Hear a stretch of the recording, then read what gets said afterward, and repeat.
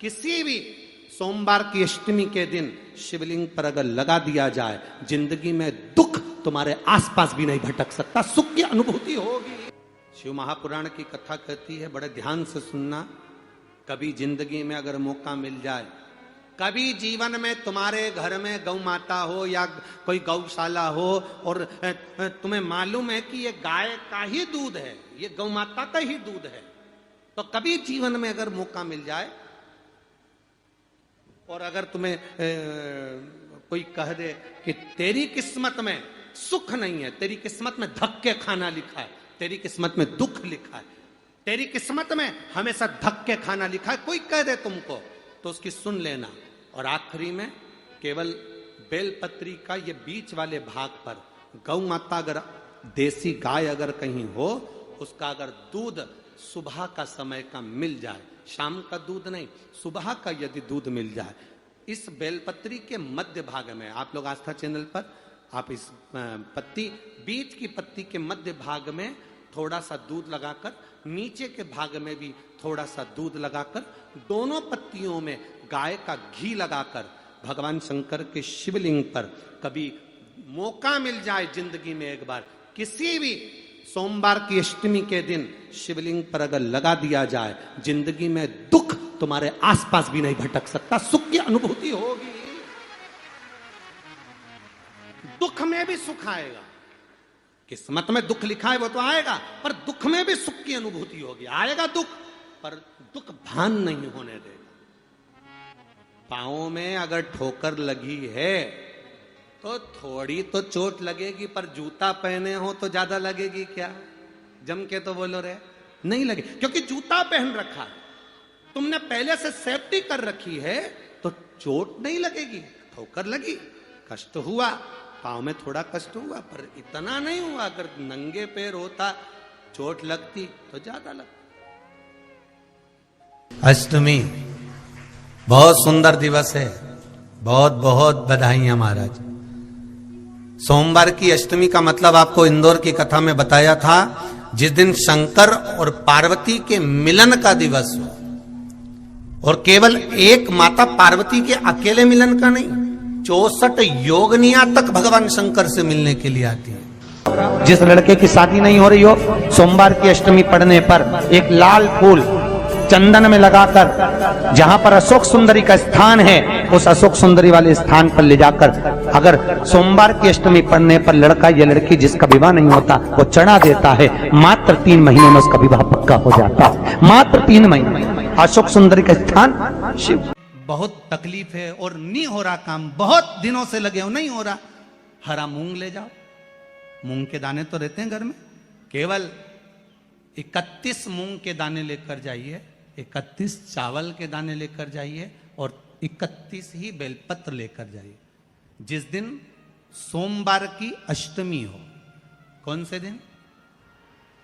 सोमवार की अष्टमी हो, उस दिन शंकर जी के मंदिर में जाओ, 3 चीज लेकर जाओ, मूंग के दाने, चावल, बेलपत्र। चावल जो 31 लेकर गए हो, अपनी कामना कर कर शंकर जी की देहली पर रख दो, चौखट पर, कहीं पर भी एकांत में उसको रख दिया जाए। मूंग के जो दाने लेकर गए हो 31, वो नंदी के पास में, जो नंदी का पांव ऊंचा रहता है, उस पांव के पास रख दीजिए।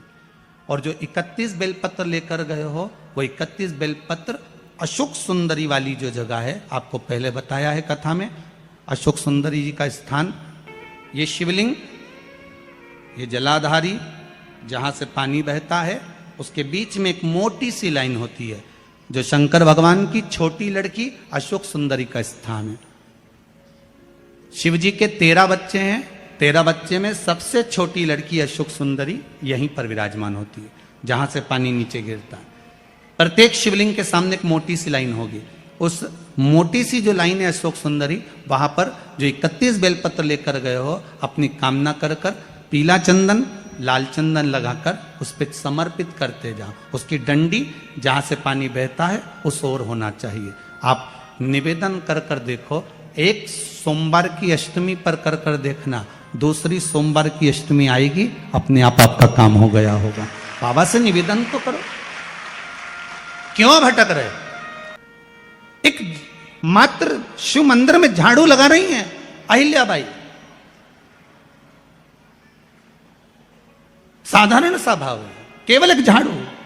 कई लोग कहते हैं महाराज जी आप कहते हो मंदिर में जाकर झाड़ू लगाओ, पोछा लगाओ, तो जो हमने मंदिर में रख रखा है स्वीपर आदि आदि जो भी सेवा करने वाला है, काम करने वाला है, वर्कर है, वो कर रहा है, तो हम क्यों करें? अरे भाई एक बात याद रखना, आप सबसे पूछना चाहूंगा, आप लोग कहते हो कि मंदिर की सफाई जो वर्कर रखा है उसे करना चाहिए, मंदिर की सफाई जो पुजारी रखा है उसको करना चाहिए। मैं आपसे पूछना चाहता हूं कि आपके घर में जो तिजोरी है दिवाली पे उसकी सफाई कौन करता है?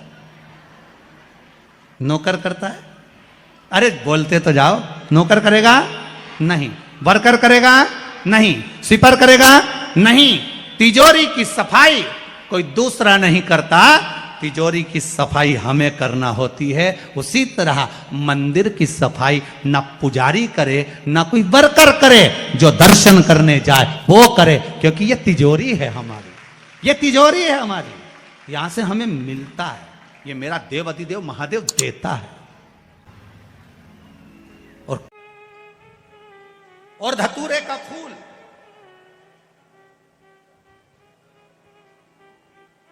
कांटे वाला धतूरा, और उसमें लगने वाला एक पुष्प। आस्था चैनल पर आप लोग देख रहे होंगे धतूरे के फूल का दर्शन। धतूरा और धतूरे का पुष्प, छोटा सा पौधा है, ज्यादा बड़ा नहीं है, कांटा लग रहा है, धतूरा लग रहा है, और उसमें भी साधारण धतूरा नहीं, जिस धतूरे के नीचे की डंडी लाल कलर की होती है, अगर वो सोमवार की अष्टमी को देवाधिदेव महादेव को समर्पित करी जाती है तो उसके घर में कभी संपदा की कमी नहीं होती है। वो धतूरा है, साधारण नहीं है। धतूरे में भी लाल डंडी, जैसे धतूरा गोल होता है उसके नीचे एक छोटी सी डंडी, देखा है आप लोगों ने? अरे देखी कि नहीं देखी बोलो? धतूरा देखा है ना?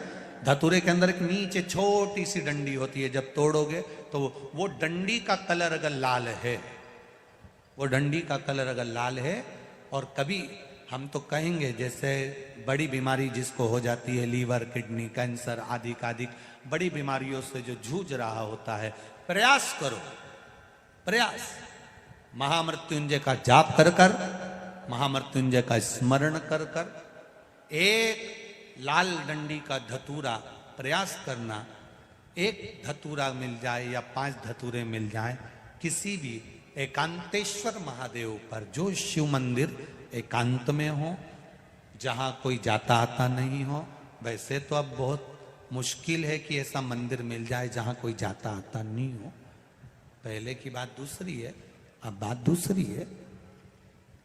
फिर भी कहीं आप रोड पे से निकल रहे हो, एकांतेश्वर महादेव अगर आपका दिख जाए, बहुत बीमारियों से ग्रसित हो, तो भी महामृत्युंजय जाप का स्मरण कर कर या किसी विद्वत ब्राह्मण जन से महामृत्युंजय मंत्र का जाप कराकर, या भगवान शिव के मंत्र का जाप स्वयं कर कर, वो भी ना बने तो पंचाक्षर मंत्र नमः शिवाय, षडाक्षर मंत्र ओम नमः शिवाय, या श्री शिवाय नमस्तुभ्यम जप कर वो लाल डंडी का धतूरा 5 एकांतेश्वर महादेव को आप समर्पित कर सकते हो। रोग थम जाएगा, जो दवाई खाओगे वो शरीर को लगना प्रारंभ हो जाएगी और आप स्वस्थ होना प्रारंभ हो जाएंगे।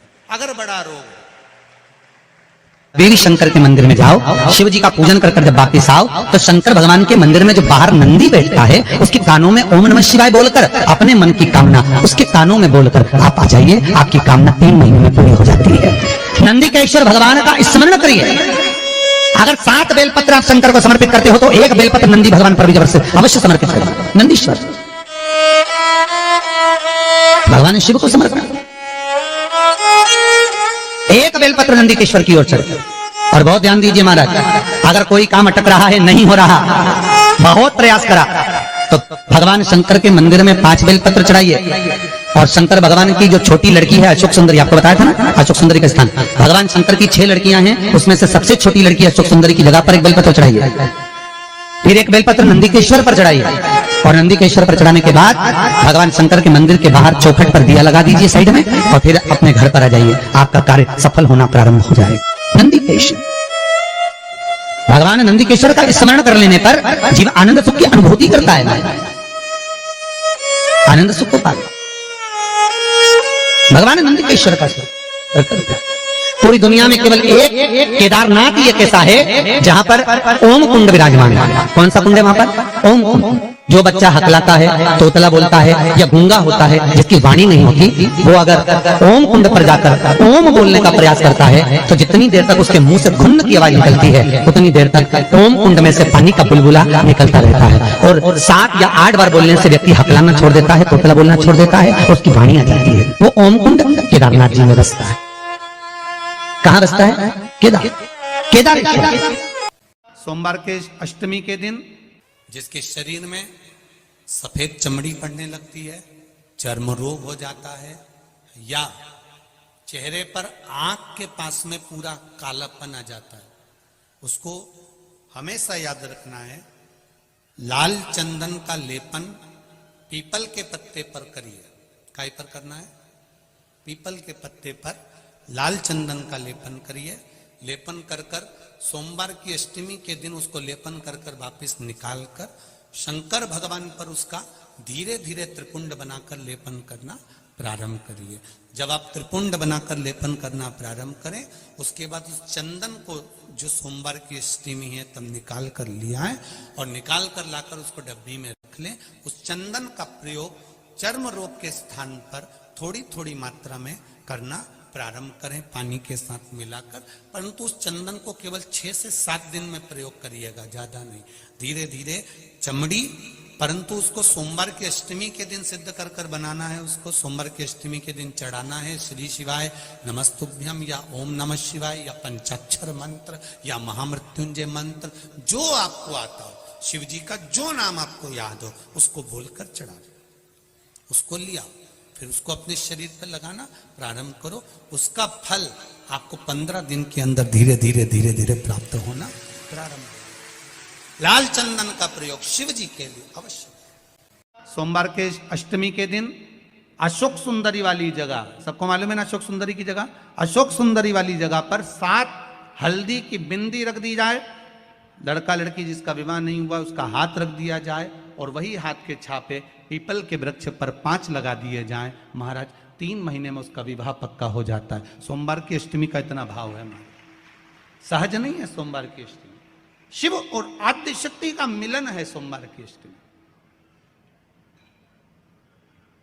भगवान शंकर और पार्वती का मिलन। ऐसी कौन सी कामना है जो शिव पूर्ण नहीं करते? बस आपका विश्वास, आप उस पर भरोसा करना तो पूर्ण कर। कहते हैं सोमवार के दिन की अष्टमी पढ़ने पर, कौन से दिन? सोमवार के दिन कौन सी तिथि?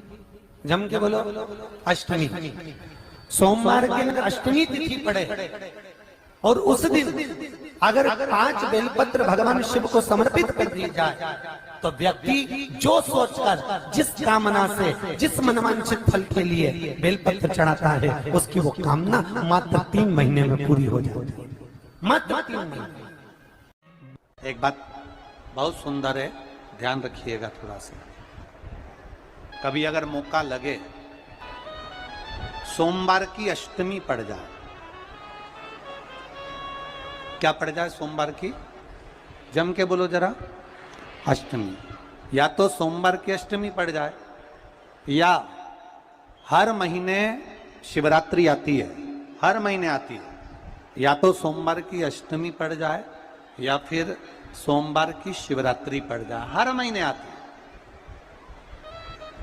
प्रयास करना, कहीं से देसी गाय का दूध मिल जाए, थोड़ा सा दूध देसी गाय का मिल जाए, थोड़ा सा दूध देसी गाय का, थोड़ा सा दूध अगर प्राप्त हो जाए, बेलपत्री के पत्ते से दूध कटोरी में लेकर, मात्र बेलपत्री के पत्रे से 1-1 बूंद अगर दूध आप एक बूंद अगर ज्यादा ना मिला हो, एक चम्मच भी अगर आपको दूध देसी गाय का मिल गया हो और सोमवार की अष्टमी पड़ जाए या सोमवार की जम के बोलो शिवरात्रि पड़ जाए, उसमें केवल अगर देसी गाय का दूध मिल जाए, जर्सी गाय का नहीं हो, देसी गाय का अगर दूध मिल जाए, बेलपत्री के पत्ते से तुम्हारे घर के अंदर अगर शिवलिंग है या मंदिर में शिवलिंग है या तुम्हारे नजदीक में कोई शिवलिंग है, उस पर बूंद बूंद एक एक बूंद अगर शिवलिंग पर दूध समर्पित कर रहे हो, श्री शिवाय नमस्तुभ्यम, नमः शिवाय या षडाक्षर मंत्र ओम नमः शिवाय या 33 अक्षर का मंत्र महामृत्युंजय मंत्र, इसका स्मरण कर कर शिव जी पर देसी गाय का दूध समर्पित कर कर इस बेलपत्री को अशोक सुंदरी वाली जगह पर अगर आप समर्पित कर देते हैं, फिर आप जिस भी चीज के लिए अप्लाई करें, मेरा देवाधिदेव महादेव आपका हाथ पकड़कर खींचकर आगे बढ़ा ही दे। मेहनत करना,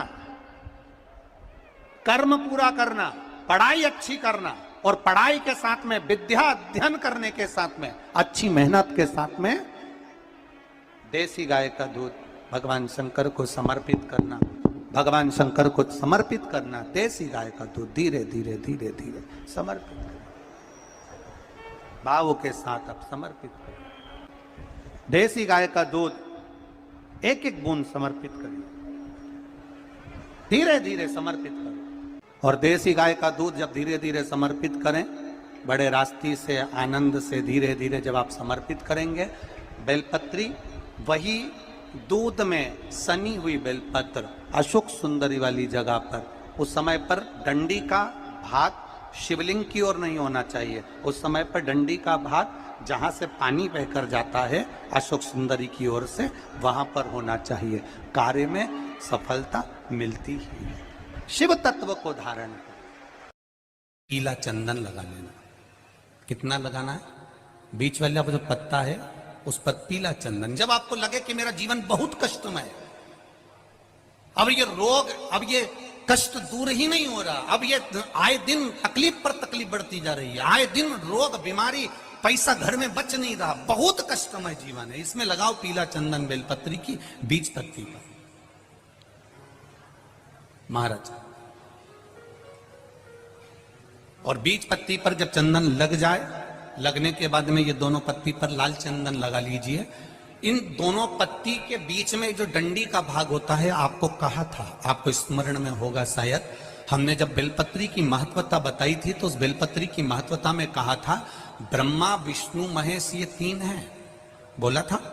बीच में ये बड़ी पत्ती से लेकर जो दो पत्तियां होती हैं, इनके बीच में जो जगह बचती है, इसमें मां पार्वती के 64 योगनियां, मां पार्वती अपनी पूर्ण सिद्धि के साथ में जितनी भी देवी के स्वरूप हैं, वो माता 64 योगनियां देवी के स्वरूप में यहां पर विराजमान होती हैं। दो पत्ती के नीचे से जो डंडी होती है नीचे तक, ये पूरी डंडी में 33 कोटि देवी देवताओं विराजमान होते हैं इस पूरी डंडी के अंदर।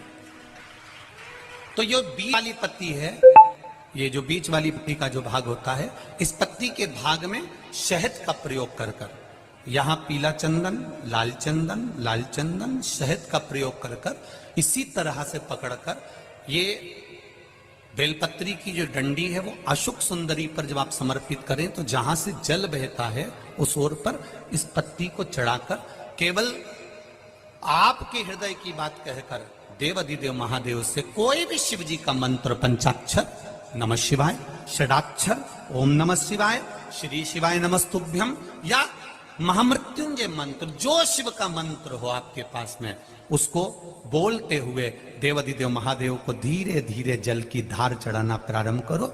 जल की धार जब पूर्ण होने लगे, उसमें थोड़ा जल बचे, तब अशोक सुंदरी पर जो तुमने बेलपत्र चढ़ाई है वहां उस जलधार को चढ़ा। ये प्रयोग आपको केवल सोमवार की अष्टमी पढ़ने पर ही करना है। कौन से दिन करेंगे? जम के बोलिए जरा।